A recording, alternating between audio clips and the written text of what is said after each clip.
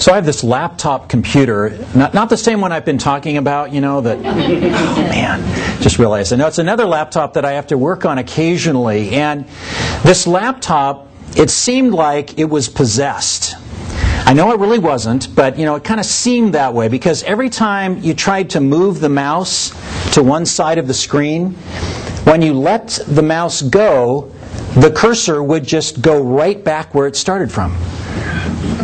The first few times this happened, I thought, did I bump the mouse? What is going on here? And I tried using the little, whatever it is, little track thing in the middle, and I would move the mouse up so that I could click on a program, and I would take my finger off, and the mouse would go right back down where it was. And it seemed like the more you tried to move the mouse where you wanted it to be, the cursor, the more it would fight you. And so you're like moving it, and then you have to pick up your finger and then try and it's scooting back like it's got, some personality of its own. And so we joked around for a while about it until, you really had to actually get some work done. And then it was kind of disconcerting and then troubling and then, a downright nuisance.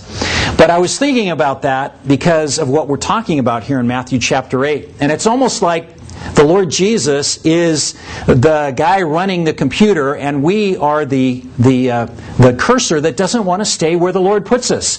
And it's like, He tries to move us here, do something in our lives, and we go, oh no, I don't want to do that. I'm going to go back to where I was because I was comfortable there. Zip! And so then He's looking at us, He takes the mouse again. Let's move you over here. And the more He tries to move us and to shape us and to change us, the more it seems like we fight that computer operator in heaven as He tries to make our lives reflect Him.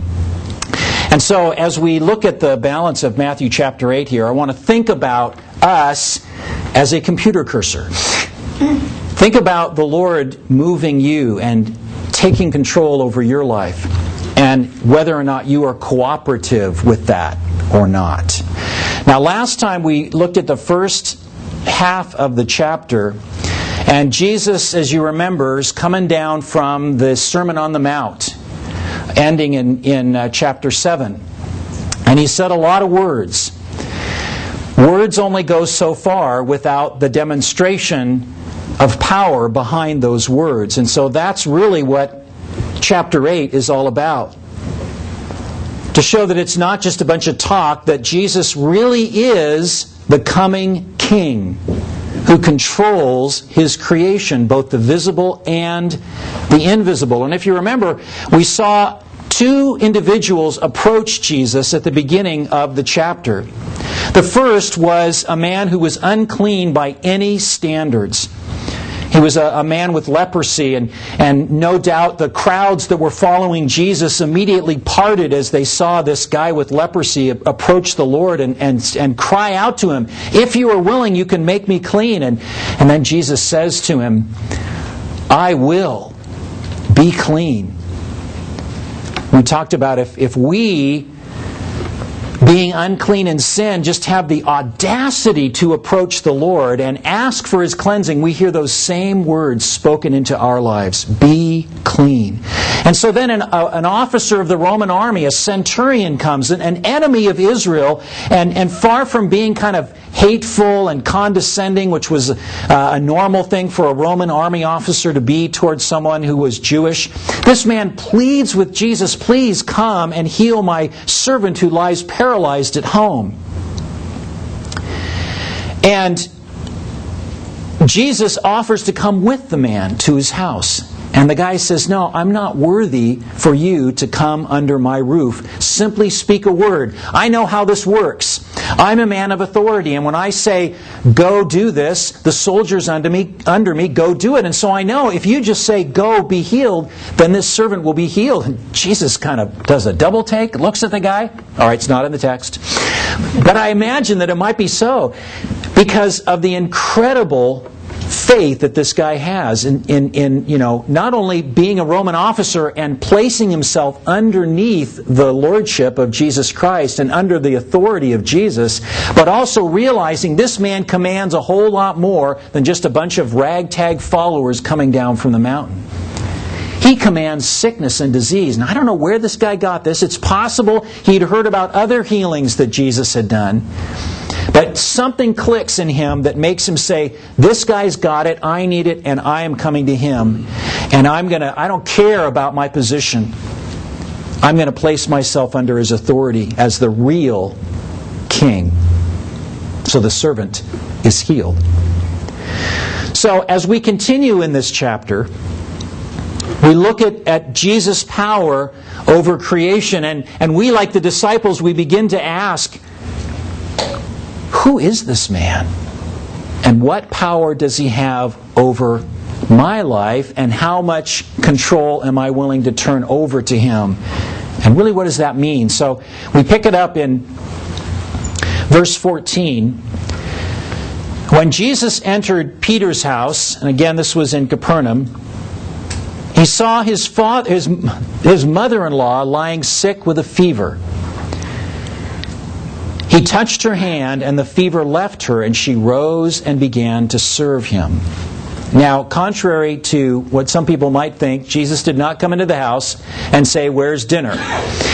and wonder why nobody was cooking. And so he went to and healed the mother-in-law so she would cook dinner for him. That is not what's happening. Let's just put that one aside right now. Most likely, Peter's mother-in-law was suffering from malaria. That area has a lot of marshes in it and so forth. Malaria was a very serious problem then. It's actually a very serious problem today, just not in the United States. But, for instance, when we visited Kenya a few years ago, almost everyone has malaria over there. And it just kind of comes and goes. And every once in a while, when Gideon Medenya will email me, he'll say, the malaria has really taken hold and the fever has really come, and it just completely lays you out for a few days.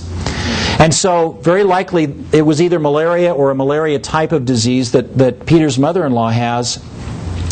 And so, Peter just goes in and he really breaks several rules to touch her and to heal her. First, a rabbi was not supposed to touch a woman who was not his spouse. And secondly, you were not supposed to touch a person who had a fever. And yet Jesus is one of those who will break the rules in order to bring healing. I mean, and it's amazing. He does that with the man with leprosy. He does that with the Sabbath. He does it over and over again because he is the king. He makes the rules. So he heals her, and it's I'm sure out of an incredible sense of gratitude that she rises up. Now, this isn't like a healing like, okay, I'm going to touch you and it's like taking 2 aspirin and calling me in the morning. You'll feel better then. It's instant. And so she suddenly is like, wow, I am better. And so she gets up and out of gratitude serves the Lord. Is that not our response as the Lord heals us from the terrible malady of sin? We realize instantly we have been made clean. And what's our response? It's, oh Lord, what can I do? We're not paying Him back. We're just offering ourselves as a person who wants to serve the Lord for what He has done. So, that evening, verse 16, they brought to Him many who were oppressed by demons, and He cast out the spirits with a word. We're going to see Him do that in just a second here.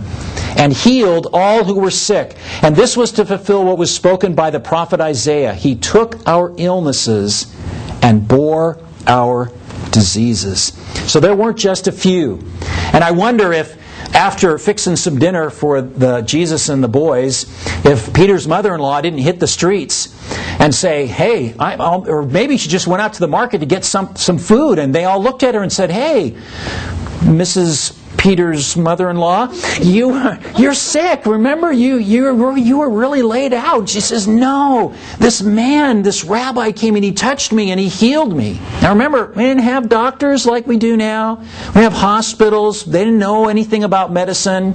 We've talked a little bit in the past about what passed for medicine in those days, which was oftentimes doing silly little rituals, sitting around fires and all kinds of funky things that had nothing to do with actually making anybody better. So sickness, it took people, it got people, it laid people out. So that everybody was texting all their friends and saying, you better get over here to Peter's house because, this guy's going to lay his hands on you and he's going to heal you. Now notice also that there were people who were demon